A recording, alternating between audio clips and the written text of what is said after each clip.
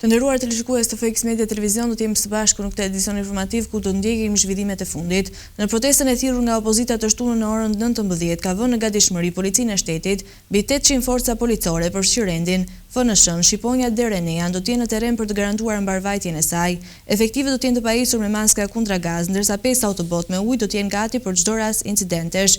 Për sigurinë, policia ka instaluar kamera me rezolucion të lartë përgjatë bulevardit Dëshmorët e Kombit, ndërsa dyert e kryeministrisë do të jenë të blinduara.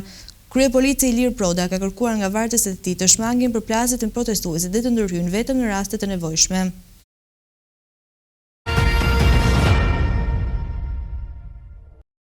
Opozita do të zhvillojë një protestë këtë të shtunë për mbylljen e TikTok, duke kërkuar rishikimin e vendimit të qeverisë. Policia ka marrë një sër masash për mbarvajtjen e tubimit, duke kufizuar qarkullimin në disa rrugë të Tiranës, ndërsa do të ketë devijime të trafikut.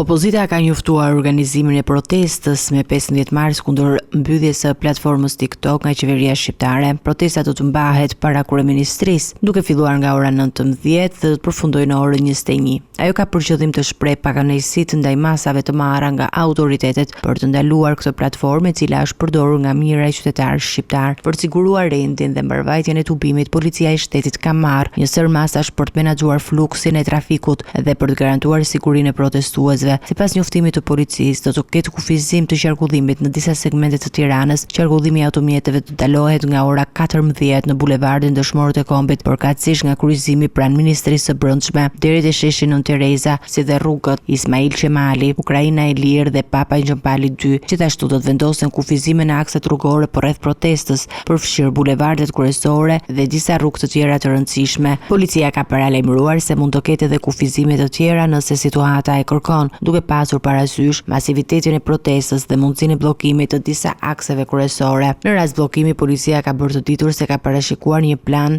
të detajuar për devijimin e trafikut në rrugë alternative për të lehtësuar lëvizjen e qytetarëve që do të udhëtojnë në këto segmente. Autoritetet kanë kërkuar nga qytetarët që të respektojnë udhëzimet e policisë dhe të planifikojnë udhëtimet e tyre për të shmangur vonesat gjatë protestës.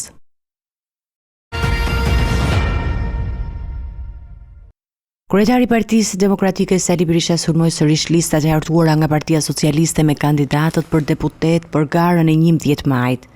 I listës Edi Rams janë që të gjithë pa përjashtim me dosje të rënda, spaku, aferash korruptive ndër më të mëdhat dhe lidhje me krimin ndër më të tmerrshme, me përfaqësues të shëmtuar të bandave më kriminale të vendit. Ministra që kanë vjedhur, kanë zhdukur miliarda euro. Grupi tjetër është grupi i patronazhis dhe famzi, të cilët nuk kanë ligj as moral, mercenarë të vërtet, që përdorin pushtetin, që shkelin kushtetutën për privilegjit e tyre dhe për të mbrojtur pushtetin.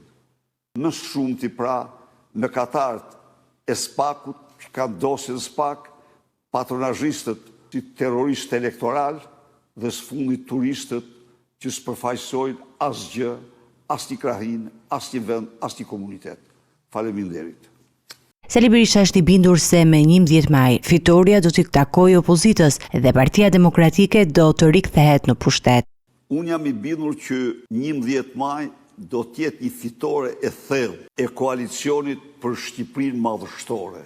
Dhe kudo që shkoj, ka një entuziazëm të madh të qytetarët që nuk e kam ndjerë ndonjëherë më parë. Aleatët tanë të marrë së bashku pa Partinë Demokratike përfaqësojnë 26% të zgjedhësve të Shqipërisë me vota sipas librave elektorale. Pasi PD-ja të jetë në mazhorancë, Berisha premtoi gjatë një bashkëbisedimi me qytetarët rritjen e pagave minimale, mbështetje për sektorin e bujqësisë dhe heqjen e pagesave për kalimin në rrugët e vendit. Kryeministri Edi Rama u bëri thirrje shqiptarëve që të votojnë Partinë Socialiste më 11 maj, duke e cilësuar atë si forcën e vetme politike që garanton anëtarësimin në Bashkimin Evropian. Në podcastin e tij ai theksoi se vota për PS-n është votë për pasaportën europiane. Sipas tij, anëtarësimi në BE do të sjellë më shumë të drejta për shqiptarët, përfshirë lirinë e lëvizjes dhe sigurime shoqërore të barabarta me qytetarët e Bashkimit Evropian. Kryeministri i vendit Edi Rama bëri thirrje të gjithë shqiptarëve që të votojnë masivisht për Partinë Socialiste në zgjedhjet e 11 maj, duke cilësuar atë si forcën e vetme politike që mundi të çojë përpara procesin e anëtarësimit të vendit në Bashkimin Evropian. Në episodin e fundit të podcastit të flasim, Rama nisi me një monolog të gjatë teksa mbante në dorë pasaportën shqiptare, duke lidhur atë me të ardhmen europiane të vendit. Ne mund ta mbyllim përfundimisht të histori diskriminimi, histori poshtruese dhe mos na ndaj më askush si delet zeza nga tufa e bashkëdhetarëve tanë europian kur hym në një kufi. Ka vetëm një mundësi dhe vetëm një rrugë.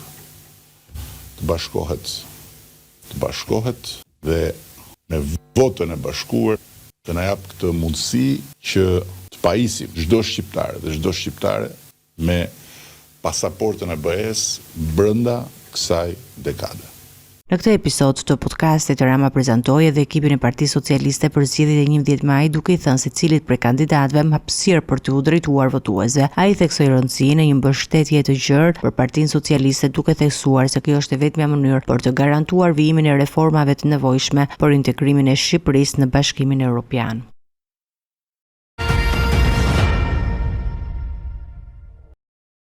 Me 15 mars 2008, një shpërthim masiv në fabrikën e demontimit të municionit në Gërdec mori jetën e 26 personave, shumica punonjës të fabrikës dhe banorë të fshatit, ndërsa 300 të tjerë u plagosën në rënd. Qindra shtëpiu shkatruan dhe dëmi materiali shkaktuar nga ky shpërthim i fuqishëm është i pallogaritshëm. Kjo ngjarje tragjike ka lënë pas një dhimbje të thellë për familjen e viktimave, që ende sot 17 vjet më vonë kërkojnë drejtësi. Hetimet fillestare zbuluan se shkaku i shpërthimit ishte futja në perimetrin e fabrikës një karroce të sapo salduar. Ndërkohë doli në dritë jo vetëm punësimi i punorëve të patrajtuar që punonin për demontimin e municioneve, por edhe skandali i shfrytëzimit të ushtrisë për transportin e municioneve dhe vendosja e një fabrike demontimi pranë një zone të banuar, duke rrezikuar kushtu jetën e banorëve. Një prej figurave më të forta në luftën për drejtësi është Zamira Durda, nëna e Risonit, një fëmijë 7 vjeçar i cili humbi jetën në tragjedinë e Gërdecit. Ajo ka bërë kërkesë të vazhdueshme për hetimin e ish-ministrit të mbrojtjes Fatmir Mediu, i cili akuzohet për shpërdorim detyre në lidhje me tragjedin.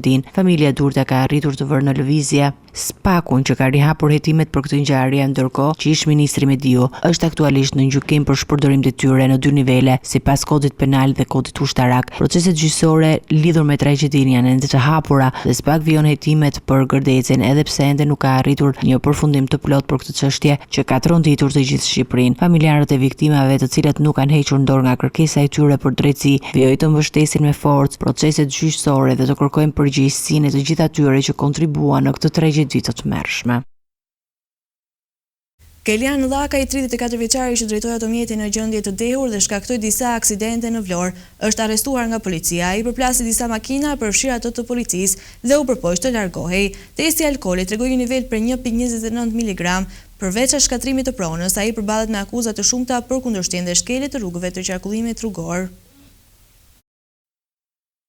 Një ndjekje spektakolare nga policia e Vlorës përfundoi me arrestimin e Kelian Llakaj, 34 vjeçarit, që mbrëmjen e së premtes shkaktoi një seri aksidentesh në qytet, duke drejtuar automjetin në gjendje të dehur. Ai u ndalua këtë dështum pas një arratije të rrezikshme që vuri në rrezik jetën e qytetarëve dhe të punonjësve të rendit. Sipas hetimeve paraprak, Llakaj nisi kaosin e tij tek rrethi i Çolës, ku me një automjet tip Benz përplasi një Toyota, por nuk ndaloi dhe vijoi lëvizjen me shpejtësi të lartë, duke mos respektuar asnjë rregull të qarkullimit. Ai vazhdoi drejt rrugës Gjergj Kastrioti, ku përplas me një Ford të drejtuar nga një grua, e cila mbeti e plagosur. Përplasja ishte aq e fortë sa rrezoi dhe një shtyllë elektrike, duke shkaktuar panik tek qytetarët. Në vend që të ndalej, 34 vjeçari vazhdoi drejt Zvernetskit, duke vënë alarm forcat e policisë. Në ndjekjet e tij u përfshin forcat shqiponja, por ai vazhdoi arratin dhe për 30 minuta të tjera, deri kur u përfshi në një aksident tjetër, këtë herë duke goditur një motor të policisë dhe makinën e efektive që po e ndiqnin. Pas kësaj përplasje, ai u neutralizua dhe u prangos nga policia. Testi i alkoolit tregoi se ai ishte në gjendje të rëndë të dehur me një nivel prej 1.29 mg për litër, shumë mbi kufirin e lejuar. Për këtë ngjarje, Llakaj tashmë përballet me një sër akuzash përfshirë shkatrim të pronës, kundërshtim të punonjësve të policisë, mosbindje ndaj urdhrit të policisë, largimi nga vendi i aksidentit, shkelja e rregullave të qarkullimit rrugor, drejtimi i automjetit në mënyrë të parregullt. Ndërkohë policia ka nisur hetimet për zbuluar nëse 34 vjeçari kishte konsumuar dhe substanca të tjera përveç alkoolit. Ngjarja ka shkaktuar shqetësim të madh mes banorëve të Vlorës, të cilët kërkojnë masa më të ashpra ndaj rrituesve të papërgjegjshëm që rrezikojnë jetën e qytetarëve.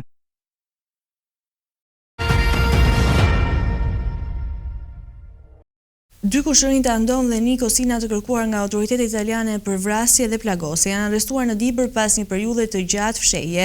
Ato janë dënuar për vrasjen dhe plagosjen e dy shqiptarëve në vitin 1999 dhe tani po priten procedurat për ekstradimin e tyre në Itali. Dy kushërinjtë Andon dhe Niko Sina, 51 dhe 48 vjeç, janë arrestuar nga forcat operacionale në Dibër pas një periudhe të gjatë fshehjeje. Ata ishin listuar mes 100 personave më të kërkuar nga autoritetet italiane dhe ishin dënuar në vitin 2006 nga gjykata e apelit të Napolit me nga 14 vjet e 11 muaj burgim për secilin. Ngjarja me cilën janë dënuar ndodhi në vitin 1999 kur Andoni dhe Niko Sina, pas një konflikti për ndarjen e fitimeve nga veprimtaria e palishme, vrajnë një shqiptar dhe plagosën një tjetër me mjete të forta. Arrestimi i dy ushërive Sina, të cilët ishin fshehur në identitete të ndryshme në Shqipëri, u realizua fal koordinimit të ngushtë mes Interpol Tirana dhe policisë italiane. Pas arrestimit, autoritetet shqiptare dhe italiane kanë nisur procedurat për ekstradimin e tyre në Itali, ku do të përballen me dënim të mëtejshëm për krimet e kryera. Në të njëjtën kohë, ky arrestim pasoi një sër operacionesh ndërkombëtare të suksesshme për kapjen e individëve të kërkuar nga autoritetet italiane, duke demonstruar forcimin e bashkëpunimit mes agjensive të re të dy shteteve në luftën kundër krimit ndërkombëtar.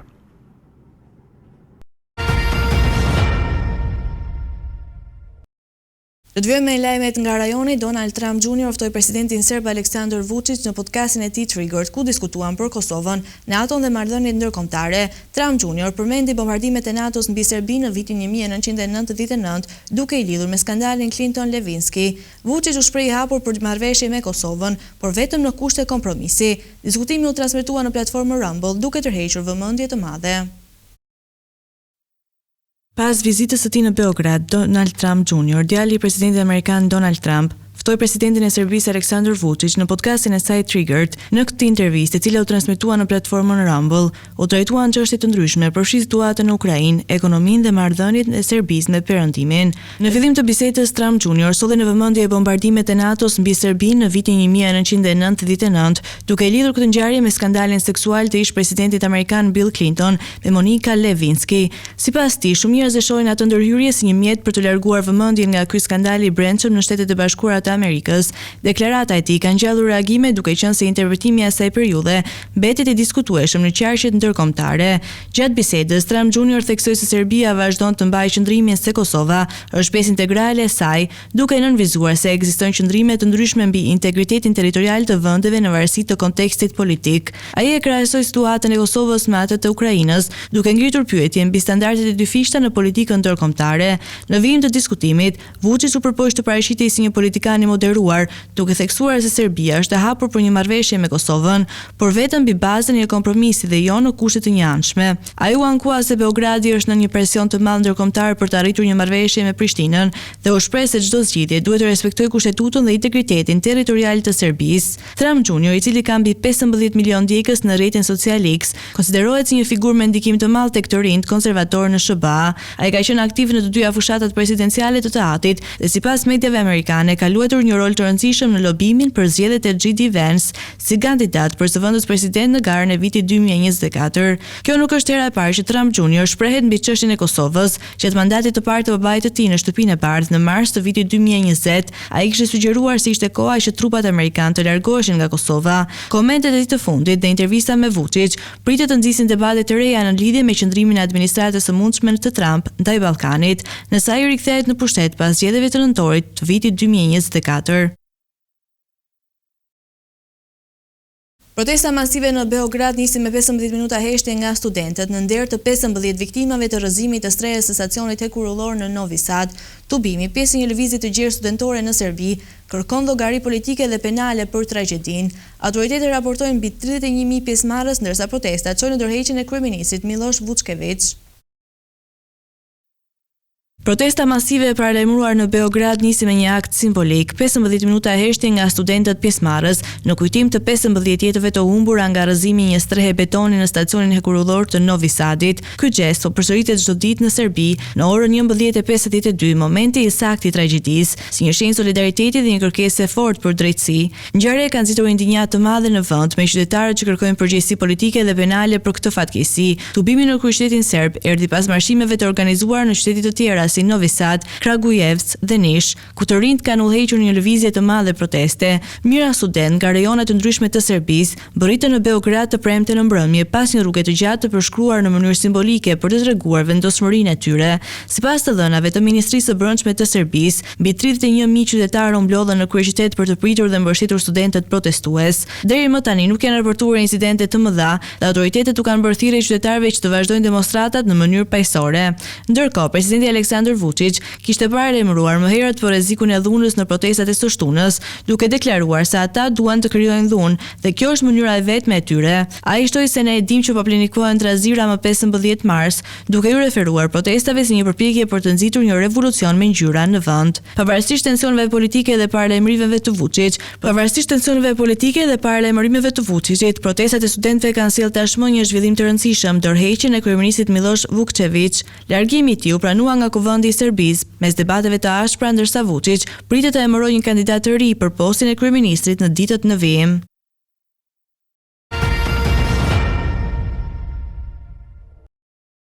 Do të vijmë me lajmet nga bota. Donald Trump shpreh optimizëm për një zgjidhje paqësore në Ukrainë, ndërsa Vladimir Putin sinjalizon gatishmëri për dialog. Kremlini konfirmon diplomacinë e fshehtë me Washingtonin, ndërsa tensionet mbeten të larta.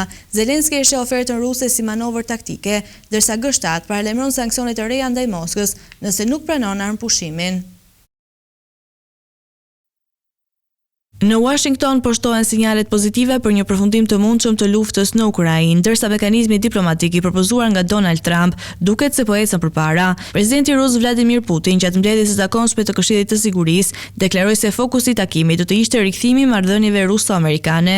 Në këtë diskutim morën pjesë dhe ministri i jashtëm Sergej Lavrov dhe kryeu i FSB-s Sergej Naryshkin, i cili pak më herët kishte zhvilluar një telefonat me homologun e tij amerikan, drejtorin e CIA-s John Ratcliffe. Kjo sinjalizon se mes Moskës dhe Washingtonit po zhvillohet një diplomaci e fshehtë, siç vën në dukje gazeta italiane Corriere della Sera. Donald Trump, i cili vazhdon të luajë një rol të rëndësishëm në përpjekjet për paqe, kishte shkruar në platformën e tij sociale se shanset për t'i dhënë fund luftës janë shumë të mira.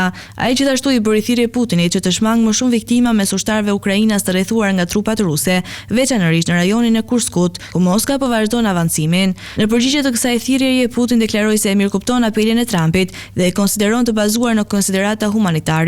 Megjithatë, ai theksoi se për një armëpushim efektiv duhet një urdhër nga udhëheqja ushtarake e Ukrainës që trupat e saj të dorëzohen. Ky kusht u prit me skepticizëm në Kiev, ku presidenti Volodymyr Zelenski interpretoi si një përpjekje të Moskës për të sabotuar negociatat, duke vendosur kushte të papranueshme. Nga ana tjetër, Gjermania ishte lëvizjet e Kremlinit si një strategji për të fituar kohë, ndërsa zëdhënësi i Putinit, Dmitri Peskov, konfirmoi se ende nuk është caktuar një datë për një bisedë direkte mes Trumpit dhe Putinit, por të dyja palët janë të vetëdijshme për domosdoshmërinë e një dialogu të tillë. Ndërkohë, sekretari amerikan i shtetit Marco Rubio ka nënshkruar një deklaratë të G7, ku ministrat e jashtëm dhe përfaqësuesi e lartë të Bashkimit Evropian paralajmërojnë masë të ashpra nëse Rusia nuk pranon një armëpushim të menjëhershëm. Këto masa përfshin sanksione të reja ekonomike, kufizime të çmimeve të naftës dhe rritje të ndihmës për Ukrainën. Në këtë klim të ndërlikuar, diplomacia vazhdon të jetë në një fazë kritike, ku çdo lëvizje mund të ndikojë rrjedhën e konfliktit dhe balancat e fuqisë midis Perëndimit dhe Rusisë. Presidenti Donald Trump nënshkroi një urdhër ekzekutiv për shpërbërjen e 7 agjencive federale, duke përfshirë ato që mbikëqyr zërin e Amerikës. Masat përfshin shkurtimin e stafit dhe ndalimin e përdorimit të materialeve nga AP, Reuters dhe AFP. Ky vendim ka shkaktuar reagime të forta në sektorin mediatik dhe atë politik. Ish-presidenti Donald Trump përshkruan vendosjen e kufizimeve të reja për vizat e qytetarëve nga 43 vende, duke përfshirë masa drastike për disa shtetas bielorus dhe rregulla më të rrepta për vizat ruse. Sipas New York Times, një memorandum i përgatitur nga administrata e Trump propozon ndalimin e plotë ose të pjesëshëm të vizave për shtetasit të këtyre vendeve, bazuar në kritere sigurie dhe bashkëpunimi diplomatik. Lista ndahet në 3 grupe. Grupi i parë përfshin 11 vende si Afganistani, Irani, Siria, Kuba dhe Korea e Veriut, për të cilat propozohet ndalimi shpërblimi i plot i vizave. Grupi i dytë me 10 vende, përfshir Eritren, Haitin, Laosin dhe Minamierin, do të përballet me pezullime të pjesshme, kryesisht për viza turistike dhe studentore. Grupi i tretë, që përfshin 22 vende, mes tyre Bielorusin, Pakistanin dhe Turkmenistanin, ka 60 ditë për të përmirësuar bashkëpunimin mes SBA-s për të shmangur kufizimet e reja. Një zyrtar amerikan deklaroi se lista është ende në shqyrtim dhe kërkon miratimin e sekretarit të shtetit Marco Rubio, si dhe të administratës. Këto masa vijnë pas një urdhri ekzekutiv të nënshkruar nga Trump më 20 janar, i cili kërkon verifikime më të rrepta për të identifikuar rreziqet e mundshme për sigurinë kombëtare. Asnjë vend ballkanik nuk është përfshirë në listë.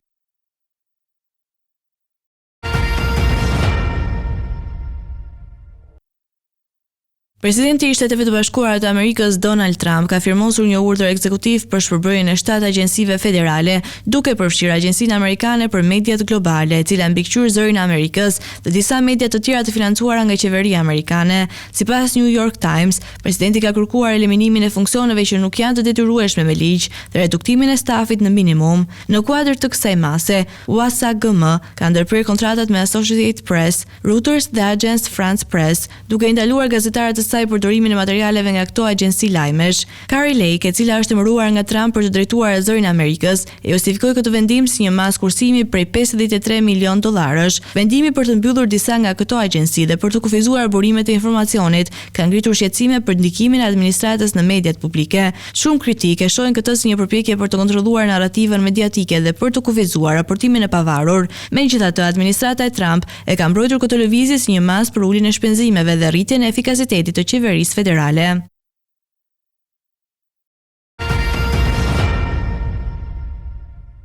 Tani uftë të ndiqni parashikimin e motit.